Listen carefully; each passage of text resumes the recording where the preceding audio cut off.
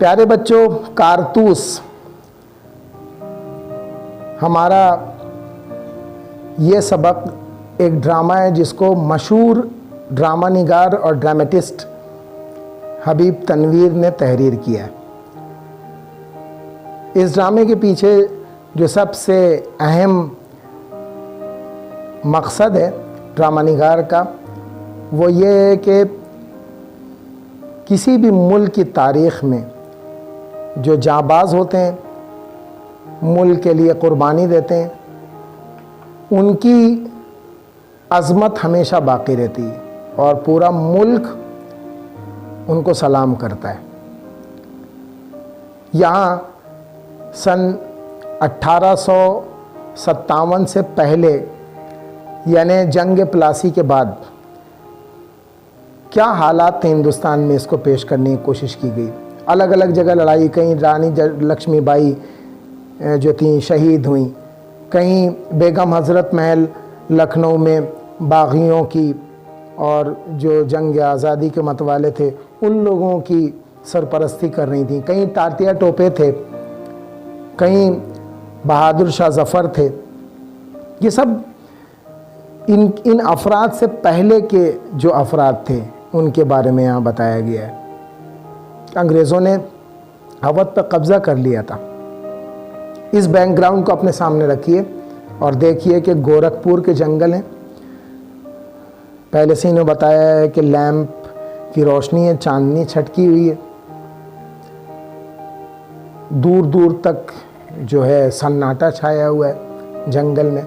और एक कैंप के अंदर जहां अंग्रेज़ी फ़ौज का पड़ाव है, उसी कैंप के अंदर दो अंग्रेज़ सिपाही, जिसमें एक कर्नल कॉलिंस है और एक लेफ्टिनेंट है, ये दोनों आपस में बैठे बात कर रहे हैं। बात हो रही है एक बहुत ही मुहिब्ब वतन वज़ीर अली की, और यहाँ तक बात पहुँच गई कि वज़ीर अली के कारनामे रॉबिन हुड के कारनामे बन चुके हैं। दोनों अफराद एक दूसरे से बात कर रहे हैं कि सिर्फ 5 महीने की हुकूमत में वज़ीर अली ने अंग्रेज़ी असर से पूरे रियासत को ख़त्म कर दिया था। लेफ्टिनेंट पूछता है कि कर्नल ये सादत अली कौन है? कहा कि सादत अली जो है वो वज़ीर अली का चचा है और हमारा दोस्त है और वज़ीर अली का दुश्मन है। कुछ गद्दार भी होते हैं हर मुल्क में। सादत उन्हीं गद्दार में से एक गद्दार है जिसने 10 लाख रुपए के लिए अपने वतन को बेच दिया है। उसकी फ़ौजें भी वज़ीर अली का पीछा कर रही हैं। वज़ीर अली नवाब आसिफ़ुद्दौला के लड़के थे और अपने वतन को वापस लेने के लिए कोशिश कर रहे थे। फिर पूछा कि हमने सुना है कि वज़ीर अली ने अफ़गानिस्तान के बादशाह शाहजमान को बुलाने की कोशिश की। कहा कि उसको सबसे पहले टीपू सुल्तान ने दावत दी थी। दोनों में डिस्कशन हो रहा है। सबसे पहले टीपू सुल्तान ने दावत दी और फिर उसके बाद जो है उसको नवाब बंगाल का जो साला है उसने उसको बुलाया, शमसुद्दौला ने, और फिर वज़ीर अली ने भी बुलाया। पूछा कि ये क्या करना चाहते हैं? कहा ये चाहते हैं कि अफ़गानिस्तान से बादशाह हमला करे और ये यहाँ पे अपनी ताकत को बढ़ाएं और अंग्रेज़ों का मुकाबला करें। ये सवाल, इसका मतलब ये हुआ, सवाल करता है बहुत अहम, इसका मतलब ये हुआ कि कंपनी के ख़िलाफ़, ईस्ट इंडिया कंपनी की तरफ पूरी इंडिया के अंदर एक बगावत की लहर दौड़ चुकी है। कर्नल कॉलिंस कहता है जी हाँ, और अगर ये कामयाब हो गई तो बक्सर और पलासी के कारनामे धरे के धरे रह जाएंगे। जो लॉर्ड क्लाइव के हाथों हमको इज़्ज़त मिली है वो लॉर्ड वेल्ज़ले के हाथों चली जाएगी। फिर सवाल किया उसने, और सवाल करने के बाद पूछता है कि ये वज़ीर अली हमने सुना है बहुत ख़तरनाक आदमी है और बहुत बहादुर आदमी है। कहता है कि हाँ, मैं एक पूरी फ़ौज लिए उसका पीछा कर रहा हूँ, लेकिन मुझे ये नहीं मालूम कि वज़ीर अली आदमी है भूत, हमारे हाथ नहीं लगता है। तो सुना है कि वज़ीर अली की बहादुरी बहुत ज़्यादा है, और कहा कि अगर बहादुर ना होता तो इस तरह वो कंपनी के वकील को कत्ल कर देता। पूछा क्या हुआ था वकील का किस्सा। फिर यहाँ पे पूरा किस्सा बयान किया है कि वज़ीर अली को मासूल करने के बाद उसको जो था हमने बनारस पहुँचा दिया था, और बनारस में था वज़ीर अली, तो वहाँ से गवर्नर जनरल ने उसको कलकत्ता बुलाया, और कलकत्ता बुलाने के लिए वो कंपनी के वकील के पास गया और उसने कहा कि मुझको क्यों वहाँ तलब किया जा रहा है। कंपनी के वकील ने उससे बदतमीज़ी से पेश आया और गुस्से में आके वज़ीर अली ने अपने चाकू से उसका कत्ल कर दिया। और फिर उसके बाद वो आज़मगढ़ की तरफ भाग गया और आज़मगढ़ के हुक्मरानों ने अपनी हिफाजती दस्ते में उसको जो था घाघरा नदी के पार पहुंचा दिया, नेपाल बॉर्डर पे, जहां पर ये काफ़िला कई सालों से भटक रहा है और हम इनके पीछे भटक रहे हैं कि किस तरह ये हमारे हाथ आ जाएं, लेकिन ये नहीं हाथ लगता। फिर पूछा कि क्या है इसकी स्कीम, क्या है, क्या पॉलिसी है उसकी।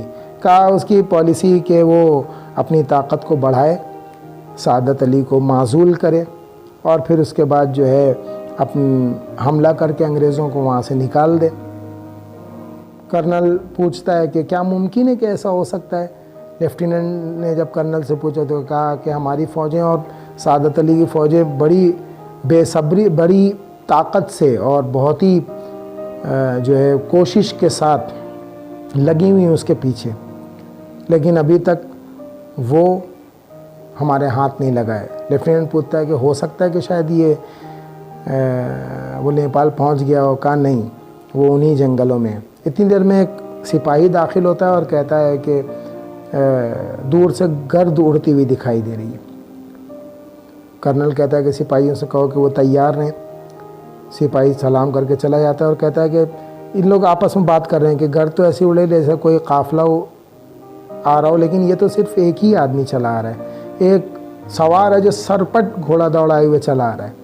थोड़ी देर के बाद वो सवार करीब आके कैंप के रुक जाता है, उतरता है और उससे पूछता है कि मुझे साहब से मिलना है। साहब अंदर आके सवाल करता है। सवार अंदर दाखिल होता है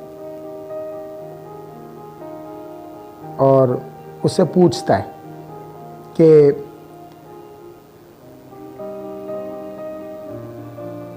मुझे कर्नल से मिलना है। घोड़ा सिपाही जो है वो चिल्ला के कहता है कि बहुत अच्छा है। वो कहता है खामोश बोलो भाई। लेफ्टिनेंट कहता है कि शायद वज़ीर अली का ही कोई आदमी होगा, हमें गिरफ़्तार कराने के लिए, उसके लिए हमारे पास आया होगा। कर्नल कहता है कि खामोश हो जाओ। सवार सिपाही के साथ अंदर आता है। सवार अंदर आते ही पुकारता है तन्हाई तन्हाई, मुझे खामोशी चाहिए।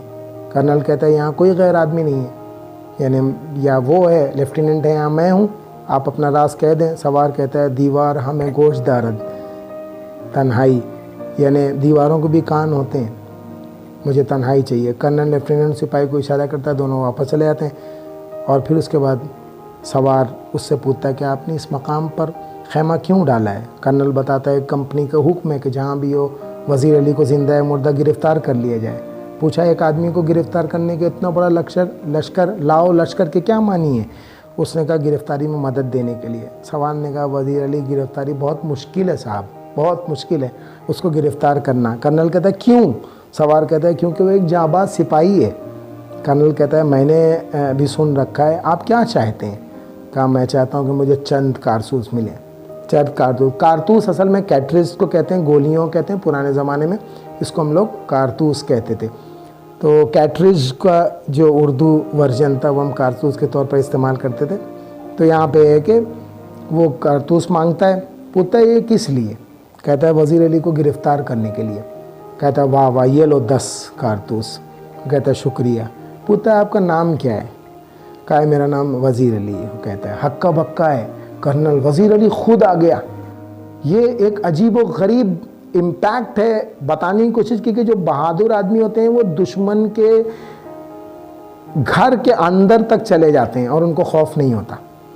तो यहाँ पे कहता है कि मैं वज़ीर अली हूँ, ये हक्का बक्का खड़ा है और कहता है कि मैं आपकी जान बख्श रहा हूँ क्योंकि आपने मुझे 10 कारतूस दिए हैं। इसके बाद वो घोड़े पे बैठता है और चला जाता है। लेफ्टिनेंट आके उसको पूछता है कि कौन था ये। तो वहाँ पर बहुत अच्छा जुमला पेश किया कि वो दबे ज़बान में हल्के से कहता है कि एक जांबाज सिपाही था। उसने नहीं इस बात को बताने की कोशिश की ये वज़ीर अली था और ये मेरी जान बख्श के मेरे सामने ही चला गया। तो ये बेहतरीन कहानी जो ड्रामे के तौर पर है हबीब तनवीर के आपके सामने। बड़े आसान सवालात हैं, आप इसको कर सकते हैं। शेयर कीजिए, लिंक को जो डिस्क्रिप्शन में है उसको ओपन करके ख़ुद भी उसको पढ़िए और समझने की कोशिश कीजिए। सवालात के जवाबात लिखिए बहुत, जितना ज़्यादा आप किसी चीज़ को लिखते हैं आपकी राइटिंग भी अच्छी होती है, वो चीज़ें आपको याद भी होती। कमेंट के साथ, सब्सक्राइब के साथ हमारे साथ आइए। इस एक अहम मूवमेंट में हमें आपकी भी ज़रूरत है। आइए हम और आप दोनों मिलकर उर्दू ज़बान के इस कोर्स बी के तमाम मसाइल को जहाँ तक हो सके हल करें। खुदा हाफिज़।